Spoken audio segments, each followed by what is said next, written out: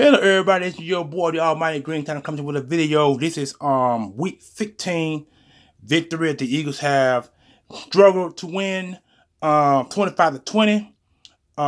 We beat the Chicago Bears in Chicago, and I'm gonna speak about Chicago also later in the video along with the Toyota player of the game. His game was broadcast on my phone just a few seconds ago prior to making the video. I had to restart the video over twice to get everything right. But before I do, if you guys haven't noticed, I haven't got my jersey on, but I do have this Philadelphia Eagles necklace pendant right here. If you can see very closely, I can't, but it only can go so far. If you can see the Eagles emblem on it, you'll see that it is, along with these beautiful green and silver beads. And it also came with a necklace right here, which I'm probably going to make a video on later on today as well. Maybe later today or maybe tomorrow. I'm not exactly sure. Depends on how I feel. But I'm not going to talk about that right now. But if you can, please comment, like, share, subscribe, and also push the notification bell on top of the video so I make a video come direct from me to you for your enjoying, viewing pleasure of the content that I make for the Philadelphia Eagles, among other things that is on my YouTube channel. This game has came. Oh, I'm also going to talk about the Philadelphia Eagles. I'm sorry, we're going to talk about the Dallas Cowboys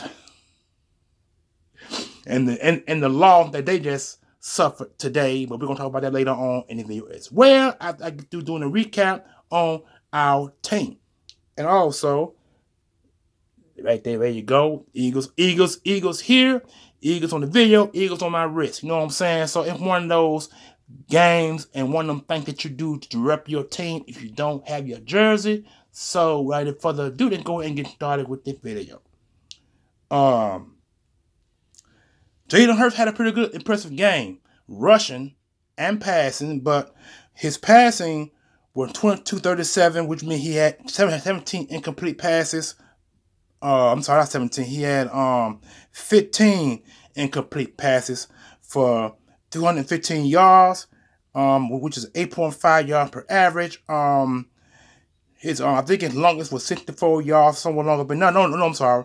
That's the average per throw. 64.6, which snaps his ongoing streak of 100+ passer rating. That's just been snapped. So, and just one of them things now, you know what I'm saying? And wow, I mean, his 100 plus thing is over. It snapped against the Chicago Bears. But he did pretty good. He gave through 2 interceptions in the game, which almost cost us the football game, but luckily it didn't. The Eagles were able to redirect, rebound, and rethink and get the victory at hand. But a 5-point victory is somewhat of a problem. But after blowing our teams, three of the last 5 teams that we played that we blew out, we didn't blow Chicago out, and we couldn't blow out the Indianapolis Colts. So it was just one of the moments. Also now rushing, Jalen Hurts had 17 attempts for 61 yards, a 3.0 average. His longest was 22. He ran for 3 scores in that game, and them 3 scores counted for the 25 points that's on the scoreboard currently. We would have had 28 points, but we gonna get to the special teams also later in the video. Miles Sanders had 11 carries for 42 yards or 3.8 average after having an 8 yada average last week or the last 2 games. His 18 was the longest rushing, the longest yard he had, no scores. Kenny Gainwell had 3 for 5, 1.7 average. His longest was 3, and then Quay Walker had 2 for 4, 2.0. His longest was 4. Receiving yards. The Eagles have had 2. Eagles got 2 100-yard receiving games in this game here. AJ Brown, 9 receptions for 181 yards, a 20.1 average. 68 was his longest. No touchdowns in that game. He could have had one. I think he had one knocked out of his hand in the end zone by that defensive back. So that's why he never has. That's why he didn't get a touchdown in this game. But he did have 100-yard receiving along with Devonta Smith, who had 5 for 126 yards, 25.2 average, 45 was his longest, no score. Kenneth Gainwell 2 for 9, 4.5. 7 was his longest. Josh Stoll 1 for 6, 6.0, 6 was his long. Quez Walker 4 for 6, 1.5, 3 was his long. And Sanders had 1 for -13, -13, -13 was his long. I mean, woo. I mean, you get the -13, that mean you went 13 and the negative yard back that way. That are going forward. Defense. Defense once again put the clown on and were able to get the team in rhythm on offense to get this victory. If it weren't for the defense, the Eagles would have lost this football game hands down. You know what I'm saying? So the defense saved the day, and the defense is my MVP. They're my MVP for today's game, and a lot of people probably will agree with me on that. Edwards had 9 tackles, 4 assists. Kavon Wallace, 8 tackles, 1. Kavon Wallace actually did pretty good in this game as a full-time. But he actually did pretty good. He did better than he'd been doing in the previous weeks and years that he'd been in the NFL. He did pretty well. Kazir White, 6 tackles, 3 assists. Vontae Maddox has 6, 3 assists, and he had a forced fumble. Josh Sweat, Josh Sweat was on fire today. He had 6 tackles, 1 assist, 2 sacks. He had, I think he got 8 or 9 sacks for this. He cooking in on 10 sacks right now. I think he had 9 sacks. That's a career high for him. Yeah, we got a lot more games to go. The way he playing, he gonna get double these sacks before the season comes to an end, which will be a career high for him. And that will let us know about our future at defensive end if he continues to play the way he's playing. Epps had 5 tackles, 2 assists. Hakeem Reddick had 4 tackles, 1 assist, 2 sacks. He also had 1 forced fumble that was recovered. That was recovered. That 4th fumble was covered. Right, that one was. So we had 3 forced fumbles, I believe, and of the 3, only 1 was recovered. Hargrove, 3 tackles, 1 assist, 2 sacks. Darius Slay, 3 tackles, 2 assists. I'm gonna talk about Darius Slay also in this game because I'm trying to figure out what the hell was he thinking when he let the defensive and when he let the tight end get open and sprint 5-6 yards into the end zone for the score. Talk about that later on in the game as well. Bradbury had 2 tackles, no assists. Pete Johnson, 2 tackles. Linval Joseph, 2 tackles, 1 assist. Dominican Sue, 1 assist. And Mike Williams, 1 tackle. I could have sworn he had a sack in this game. Thought he had a sack. It might have got neglected. It might have got negated on the penalty. I could have sworn he had a sack. So the Eagles in all had a total of 2, 4, 6. Eagles had 6 sacks in this game. I could have sworn it was 7. I could have sworn Williams had a sack. Something's not right. But anyway, they put the stats show in the game something here on the Eagles app. You guys don't got you to go get it. Or download it, Android or iPhone. Boston Scott had a pretty good punt return. He had 3 returns for 92 yards. His average was 30.7. His longest was 58. Ooh, yeah, I remember that one. And Covey had 1 kick return, 1 punt return for 7, with a 7.0 average. His longest was 7, which was the only one he ran. And Elliott, I go back to the 25-20 score that we got today. He was 1 for 2. He kicked 1 and missed 1. So average was 16. Third 2 was the longest, and the third 2 one is the one that he actually kicked. He went in, and he had no blocks. And Kern was 2 for 90. And but that one that Kern kicked that should have gone past the 20 went to the 20 and bounced to the 25-30 yard line. He gave the Bears some pretty good adequate position to get upfield on our defense. So now I'm gonna talk about let's talk about Clay.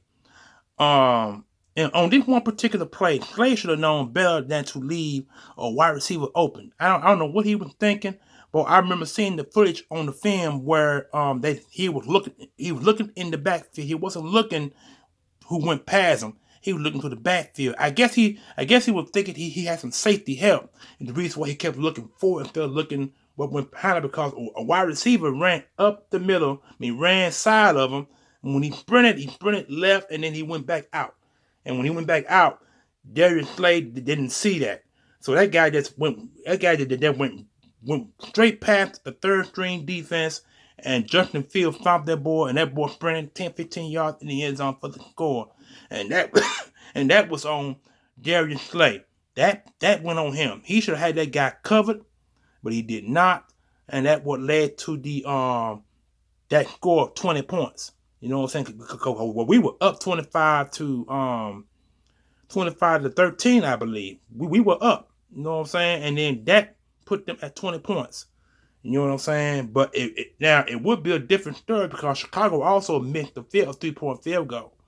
And it probably would be 25. It probably would be 23-25. But Chicago missed their field goal. They 3-point field goal. And that's why the score the way it was. And the same could be said for the Eagles punter, because Elliott kicked the field goal, and it dawned off the opposing team side of the field goal post. And that right there was terrible. You know what I'm saying? And when that kick was missed, I knew we were going to be in for a dog fight, because we were in a dog fight in the first half.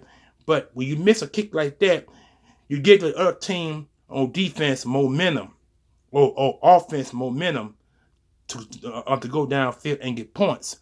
And so luckily the Eagles defense held up, and that field goal that Elliott missed saved us. Our defense bailed him out, in other words. And so overall, I can give this victory a C-. And the reason why I said C- because we had too many mistakes. There was a fumble that was recovered by the Chicago defense, and we had 2 interceptions that were recovered by the defense. So the Eagles had three turnovers in the game overall, and that was the worst of it all. Now, of those 2 turnovers, of them 3 turnovers, Chicago scored once. But the other two turnovers was no score. So that's something the Eagles are going to work on again, apparently, because it appears that the turnover situation has not been solved. But when you play the New York Giants, and when you play on the Indianapolis Colts, New York Giants, and the other three teams that we played, there were no turnovers in those games. But we had 3 turnovers in this game alone. So that needs to be worked on as well. And for the life of me, I don't understand why the Eagles neglect the rush. The Eagles should have ran the football a little bit more in this game. I don't know what they were thinking about. I don't know that they went pass happy in this entire game. Once again, they went pass happy. And the Bears knew that. The Bears played pass defense more than run defense. The Eagles should have ran the football with Boston Scott, and should have ran the ball with Miles Sanders. Miles Sanders probably would have had an 80 or 90-yard rushing day had they ran the football. And Boston Scott probably had 35, 40 yards rushing. But when you run the football effectively, the defense backs off, and they get in run defense. So they make you able to pass the ball, complete ball for first downs or possible scores. And this was not the case today. They passed the ball more than they did rushing, and that's what I don't understand. But now, I gave you guys the stats. I gave you my input.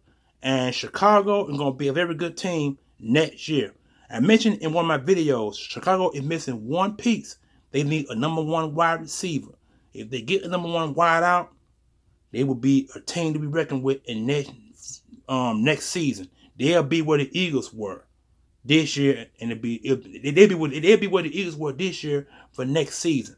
They've been a number one wide receiver. That's all they need. They need a number one wideout. Once they get that, they'll be good. And I'm quite sure this offseason, Chicago will draft a wide receiver or bring one in via free agency to complement Justin Fields. Now, enough of Chicago, back to the Philadelphia Eagles. The Eagles' next game now is against Dallas. This is our third road game. That's our third and final road game. The Eagles playing the Cowboys at Dallas. And guess what? Dallas lost today. They lost the game, I think, was 35. What was the score? Hold on. Let me do that again. What was the score? Give me a few seconds here. Jacksonville. Hold on. Get this correct. Get this right. Jacksonville Jaguars. Here we go. This will let me know they win. They did win the day. Here we go. Jacksonville won this game. They won. They beat the Dallas Cowboys 40-34. I really want to get the score correct before I actually talk about this. They won 30. They won 40-34. Dak Prescott. I remember I saw the highlights. Dak Prescott threw an interception. Well, actually was tipped, and it was tipped by the linebacker. And one of the other linebackers caught it and sprinted, I think 35, 40 yards into the end zone, toward Dallas' end zone for the score, and that would ended the game in overtime. They went overtime. So we thank God for Jacksonville. And this Doug Peterson first road, according to what I said, this is his first road victory of the year for him. So that Jacksonville's so many years of road losses today in Jacksonville. So in Jacksonville, yeah. Anyway, so they had a pretty good game. I'm not gonna get into their stats because I don't want to go a whole another 10-15 minutes talking about Jacksonville and them all. But I just wanted to give Jacksonville stats. Cause what they did now, the Cowboys officially 10-4. They still in the playoff hunt, but that gives them. We're now 3 games ahead of the Chicago. We are now 3 games ahead of the Dallas Cowboys. We were 2, 3 ahead of them now. So if the Eagles win next week at Dallas, we will be the NFC East champs. I could have won. We won the NFC East. We won the NFC East today, but actually, if we beat Dallas, we'll secure home field. So that's what that is. So I think we got the division champ already. We just got to secure home field by beating Dallas this week, and so that's what I want to talk about, and that's what I want to go ahead and get off my chest. You got the stats. We got the victory. And we are 13-1. It was a hard-fought victory in Chicago, 25-20. Like I said, we were up by 2 scores in this game, but Chicago came back, and that was the part I was talking about when Darius Slay let that wide receiver get past him about 25, 30 yards into the end zone for the score.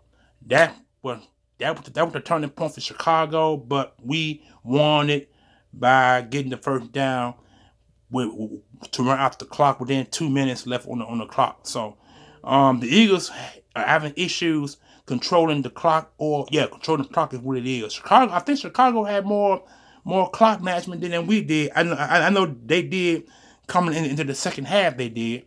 I don't know if we did or not, but I got to check that as well. I'm not even going to talk about that as well. So without any further ado, this is your guy, the Almighty Green Talons, coming at you with a victory, 25-20, Philadelphia 13-1. And if we beat Dallas next week, we will secure home field advantage. Again, holler back, and I am out. This is week 15 or 16. Holler back, y'all. Peace. One love.